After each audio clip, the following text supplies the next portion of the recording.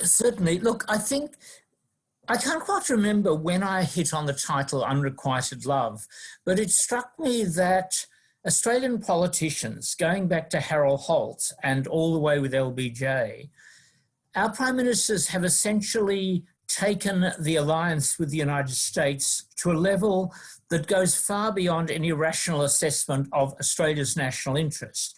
And this, I have to say, this is bipartisan. I mean, the only real exceptions, I think, are clearly Gough Whitlam, who clashed with the US, Paul Keating, who I think was far more concerned with the relationships with Asia, and in an odd way, Tony Abbott, because Tony Abbott's strange Anglophilia meant that he was probably more concerned about being feted in London than in Washington. But other than those three, our governments, our prime ministers, have been obsessed with not just having a close working relationship with the United States, but having a deep emotional relationship with the United States.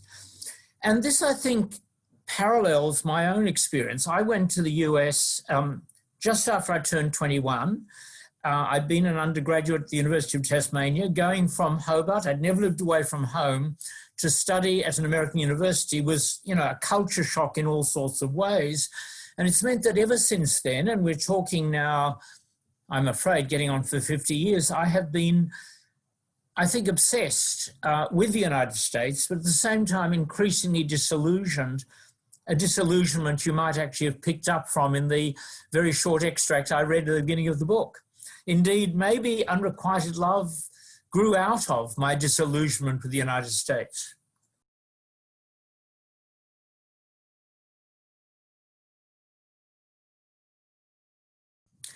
I think that's a very smart question, and I think that there are probably several answers, but I think, I am by profession a political scientist, and I've become increasingly aware of how difficult it is to write about politics, partly because things change so quickly that anything you write is almost certain to not be relevant a few months later.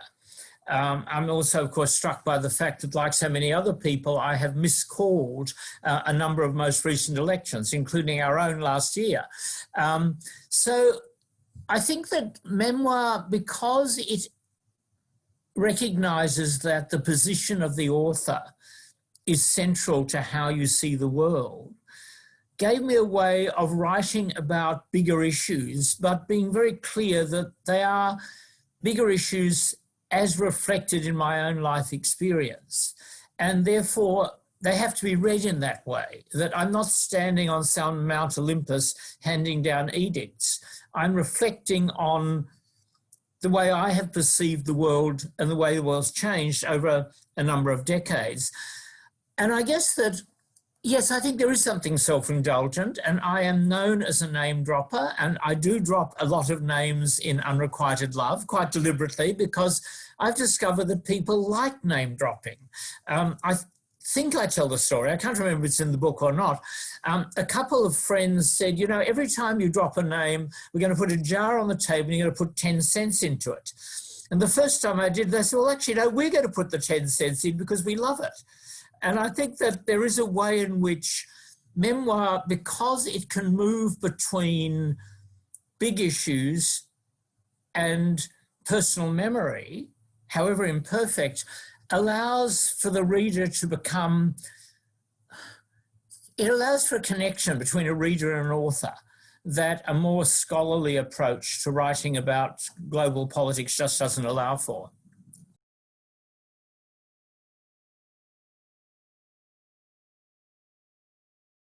Again, I think that's a really smart question. I'm not a novelist. I wish I were a novelist. This is my great regret. I mean, I have actually published a novel a long time ago, but called The Comfort of Men, but I don't have the ability to create a totally imagined world that I think a good novelist needs to have. I mean, I could churn out a publishable novel, but, most publishable novels are not that great.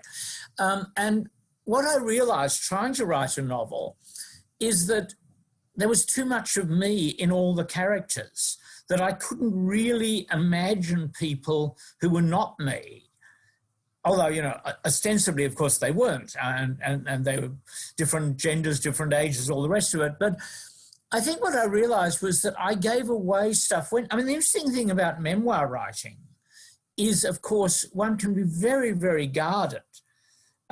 In a sense, if you read a memoir critically, what you should be looking for is what isn't said, not what is said. I feel a bit like Hercule Poirot. You use the little grey cells and you look for, it was Conan Doyle, wasn't it, where the whole clue was the dog that didn't bark.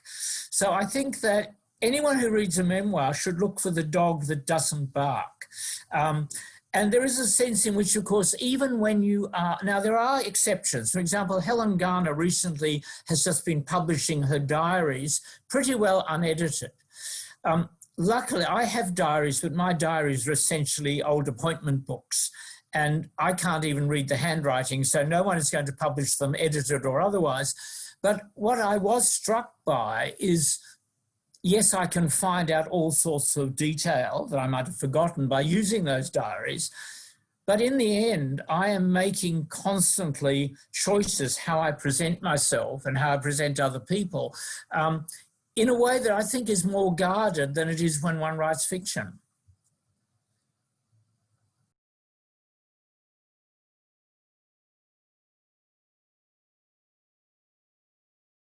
I've thought about this a bit because this is, after all, the Jewish Writers' Festival, and I think that there's no question that being the son of refugees from intellectual Jewish family backgrounds, rather different, and I have to actually explain very briefly. My father came from the Viennese Jewish aristocracy. His mother was a friend of Freud's and Mahler's. His grandfather was a very wealthy banker. They owned a major building on the ring, the Schottenring in Vienna, which will mean something, I suspect, to some of the people watching this. My mother's father was a Menshevik in Moscow. He was a colleague of Kerensky's. In fact, my sister has been doing a lot of family history, and there were certainly links. Kerensky spent a bit of time in Australia, oddly, and spent time with my grandfather. And with that background, it was, of course, a very different background to that of the kids I came across. My family moved to Hobart when I was 7, and this was a very exotic and alien family background for a kid growing up in Tasmania in the 50s and 60s. So that, I think, influenced me enormously, but neither of my parents had ever had any sort of religious upbringing or belief. I think they were... I don't think they were militant agnostics, but they certainly were agnostic. I have never been attracted to religion, but I do have that sensitivity that I think all Jews have to any suggestion of anti-Semitism. And, I've thought back over my life, the number of times one comes across a sort of low level and not even a malicious anti-Semitism. I can remember several incidents while teaching at La Trobe. In fact, the one that really sticks in my mind was the time of the breakup of Yugoslavia. Now, at that stage, which was, the early 90s, La Trobe had a very, very heavy concentration of Greek Australian students. And a lot of the Greek community were very pro-Serb. There was a sort of link between Greek Orthodox and Serbian Orthodox. And out of that link came all these comments that were actually quite anti-Semitic. I don't think the kids themselves even heard what they were saying. And they certainly weren't going to go, they weren't people who were going to go and join these rallies of crazy alt-righters today. I think they would be appalled by that. But it was that low-level unconscious repetition of tropes that make one very, very uneasy. And the other incident I recall from La Trobe is sitting in a seminar when one of the students just said, of course, all Jews are rich. And I was sort of rather taken aback. And I did think, well, that'd be nice if it were true, but I think I gave a more measured response and pointed out that this is a subject of American politics, and pointed out there were an awful lot of Jews living on basic incomes in retirement in not very attractive condos in Miami. But I think, one of the interesting things about being Jewish, of course, for me, is that often people don't know that I'm Jewish. And so one hears these comments and one has to decide how to respond to them.